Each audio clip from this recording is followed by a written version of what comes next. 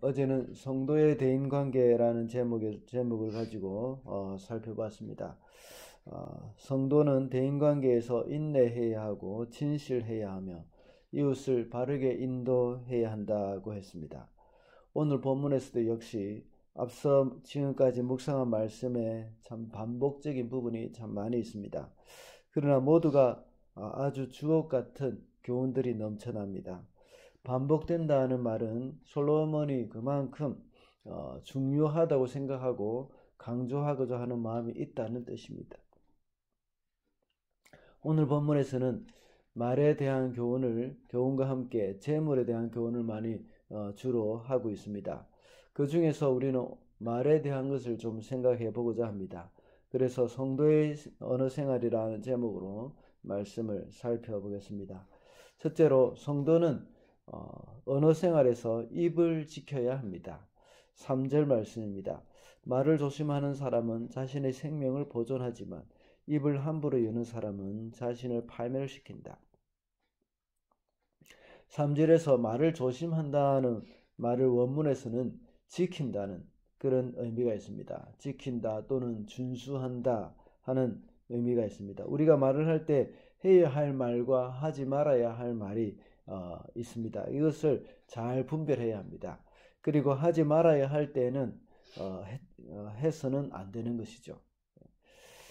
여기서 파수꾼이 성을 지키는 것처럼 하지 말아야 하는 말들은 그것을 지켜야 한다는 겁니다. 입을 지켜야 한다는 것입니다.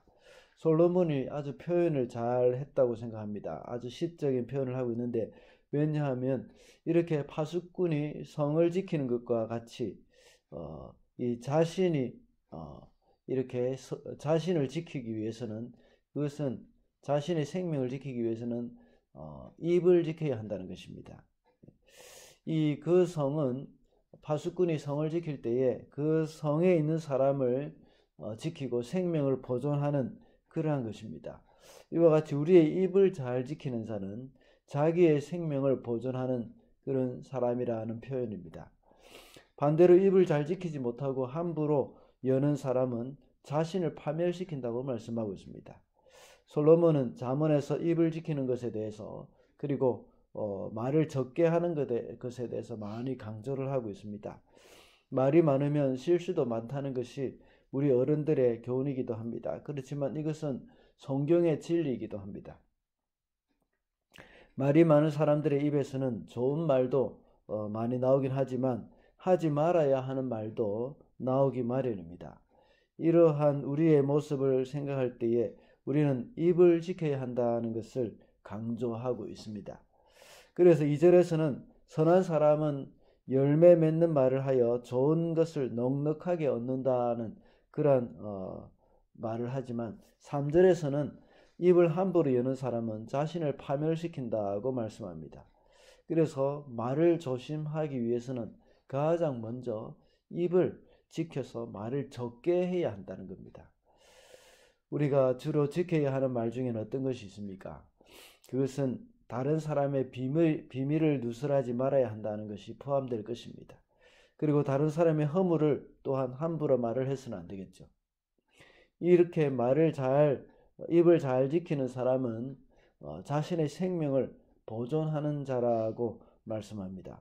이와 같이 성도는 언어 생활에서 자신의 입을 잘 지키는 사람이 되어야 합니다. 둘째, 성도는 언어 생활에서 귀를 열어야 합니다. 1절과 10절 말씀입니다. 지혜로운 아들, 딸들은 아버지의 가르침을 듣지만 거만한 사람은 꾸지람을 듣지 않는다. 10절 말씀입니다.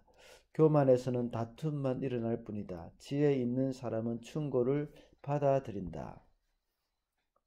방금 읽은 1절 말씀에서 거만한 사람은 꾸지람을 듣지 않는다고 말을 합니다.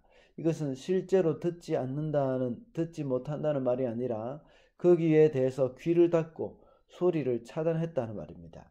그리고 그 소리를 들어도 실천하지 않을 뿐만 아니라 그런 소리를 듣는 것조차 싫어하는 사람이라는 것입니다. 그러나 10절에 보면 또 지혜로운 사람은 충고를 받아들인다는 말씀을 하고 있습니다. 충고를 듣고 그 충고대로 실행한다는 말씀입니다.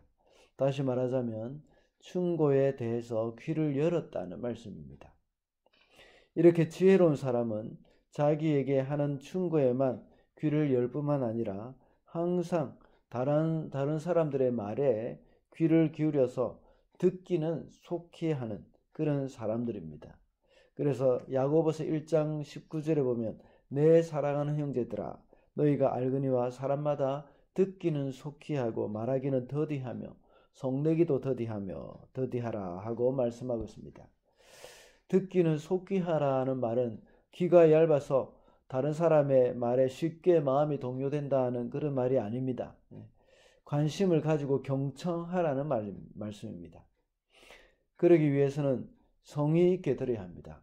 귀를 열어야 합니다. 우리가 대화를 할 때 오해하지 않을 수 있는 방법은 듣는 귀를 열어 놓아야 하는 겁니다. 서로 이야기를 할 때에 오해를 하는 이유가 무엇일까요? 자기 말만 계속하는 겁니다.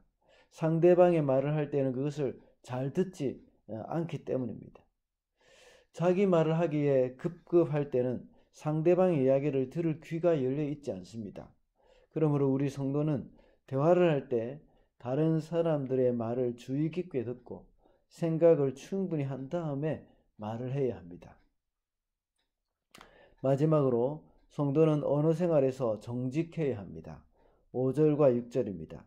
의인은 거짓말하기를 싫어하지만 악인은 염치도 없이 수치스러운 일을 한다. 흠없이 사는 사람의 의는 그의 길을 지켜주지만 죄인의 악은 그를 망하게 한다. 6절 말씀을 개역개정에서는 이렇게 번역하고 있습니다. 공의는 행실이 정직한 자를 보호하고 악은 죄인을 패망하게 하느니라 라고 말씀합니다. 5절과 6절을 볼 때에 거짓말하기를 싫어하고 정직하게 행해야 한다는 것을 우리에게 교훈해 주고 있습니다. 거짓말은 항상 그 자리를 모면할 수도 있고 모면할 수 있도록 해주고 있습니다. 그러나 그것을 지켜줄 수는 없습니다. 그 사람을 지켜줄 수 있는 것은 임기응변적인 거짓말이 아니라 공의가 그를 지켜줍니다.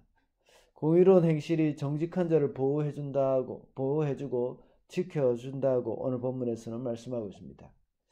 사람을 두려워할 때는 정직할 수가 없습니다. 그러나 하나님을 두려워할 때는 정직할 수 있습니다. 모든 것을 알고 계시고 우리의 마음까지도 감찰하시는 그 하나님을 의식할 때에는 우리는 정직할 수가 있다는 것입니다. 그래서 우리는 우리에게 일어나는 모든 과정이 이 하나님의 주권 아래 있다는 생각으로 내가 해결하기보다는 하나님께서 행하시도록 내어드리는 것이 바로 정직입니다. 그래서 하나님이 우리를 지켜주시고 보호하신다는 그 믿음으로 모든 일에 정직하게 행하고 정직하게 말을 할 때에 하나님이 모든 문제를 해결해 주십니다.